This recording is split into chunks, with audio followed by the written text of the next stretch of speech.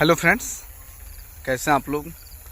उम्मीद करता हूं कि आप लोग अच्छे होंगे और मैं भी अच्छा हूं। फ़िलहाल देख सकते हैं कि बगल में धान का ढेरी कहा जाता है। ढेरी माने धान का ढेर है। तो फ़िलहाल अभी हम खलिहान में हैं। खलिहान देख सकते हैं कि क्या स्थिति है। अभी जल्दबाजी में ही खलिहान को तैयार करने की कोशिश की जा रही है, बट इतना गीला होने के बावजूद यहाँ पर नहीं रखा सकता था, लेकिन बगल में रखे हुए हम लोग। और फ़िलहाल जो बैग देख रहे हैं, पीछे जो पेड़ें दिखाई दे रही हैं, तो उधर ही खेत कट रहा है। हमारा नहीं, हमारा चाचा का। और हम भी गए थे अपना कटाने के लिए, लेकिन लगता है कि रात हो जाएगा, तो रात में हम नहीं कटाएंगे। इसीलिए हम यहाँ आ गए हैं और उनका हेल्प कर रहे हैं ताकि उनका कोई दिक्कत ना हो, क्योंकि सप्ताह भी नहीं था। तो अपने यहाँ से लेकर आए और इनको चाचा को इथी की है ताकि अच्छा से बढ़िया से गिर सके। थोड़ा परेशानी रहती है, दिक्कत होता है। तो फिलहाल ज़्यादा कुछ ना बातें करते हुए हम आज बात करेंगे विवेक बिंद्रा को लेकर। आप लोग जानते ही हैं कि मोटिवेशनल स्पीकर हैं और मोटिवेट करता है, लेकिन फ़िलहाल वो मोटिवेट किसी और को करता है, लेकिन अनमोटिवेट खुद हो जाता है।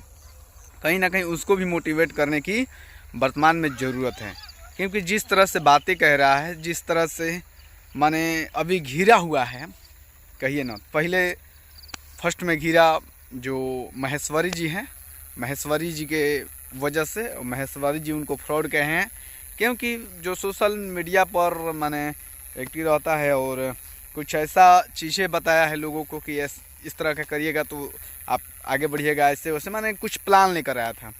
जो उसको महेश्वरी जो हैं उनको माने फ्रॉड कह चुके हैं कि नहीं, ये प्लान जो है फ्रॉड है।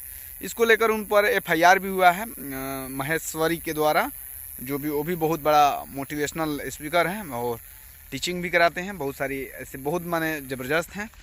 इसके बाद में दोस्तों वहीं तक ये नहीं रुकता है, वहाँ तो FIR होता ही होता है। उसके बाद में उनकी पत्नी है जो 6 दिसंबर, लगभग अभी ध्यान पर नहीं आ रहा है, लगभग 6 दिसंबर के आसपास उनका शादी हुआ था विवेक बिंद्रा का। और शादी के बिहान भैला यानी शादी के सुबह में ही अपनी पत्नी से मार झगड़ा शुरू कर दिया। मार झगड़ा में ऐसा किया कि जो अपनी पत्नी है, पत्नी का ऐसा मारा कि उनका कान से कम सुनाई भी दे रहा है। साथियों समझिए, तो इस तरह का लोग खुद दूसरे को मोटिवेट करते हैं, खुद अनमोटिवेट हो जाते हैं। तो इसको लेकर आप क्या कहिएगा, कमेंट कर दीजिएगा। और फिलहाल उसके बाद में चर्चा का विषय बना हुआ है, वो तो वही है। उसके बाद में भी चर्चा का विषय बना ये है कि जो विवेक बिंद्रा है आरक्षण के लेकर कहीं ना कहीं जो द ललन टॉप शो है उस पर आकर आरक्षण को लेकर मैंने बहुत बड़ा कुछ बकता है। काहे कि जो ललन टॉप शो है, द ललन टॉप है, उस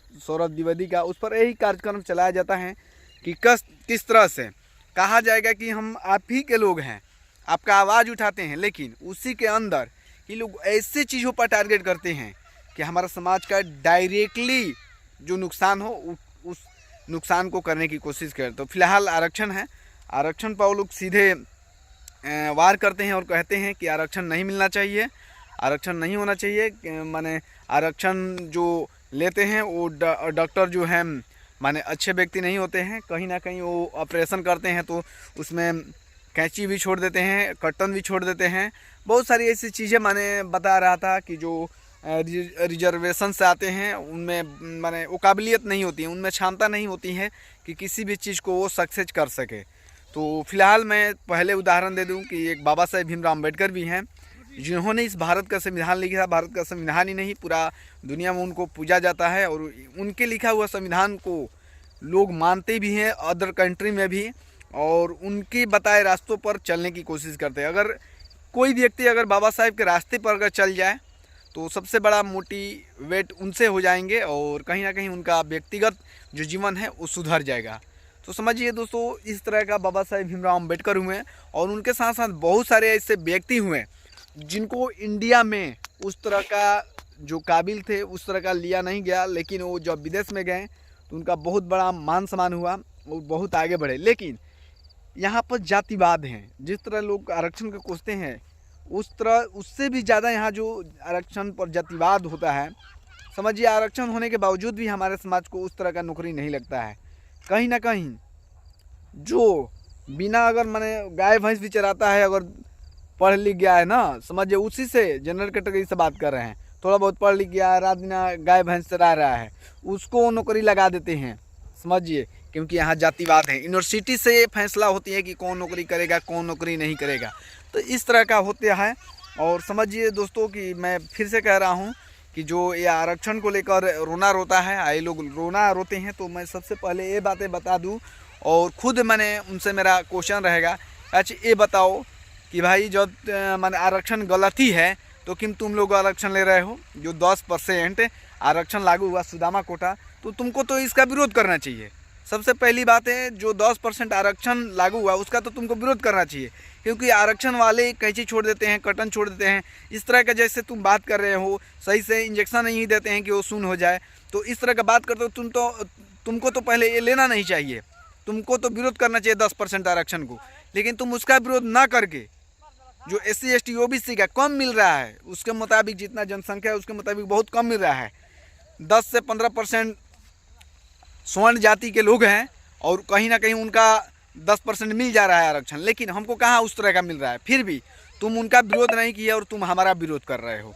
तो साथियों, जिस तरह का लोग माने डिबेट चलाते हैं, किस तरह से माने आरक्षण पर रात दिन डिबेट करके आरक्षण को बदलने की कोशिश करते हैं, कहीं ना कहीं आरक्षण को खोखला भी हो रहा है।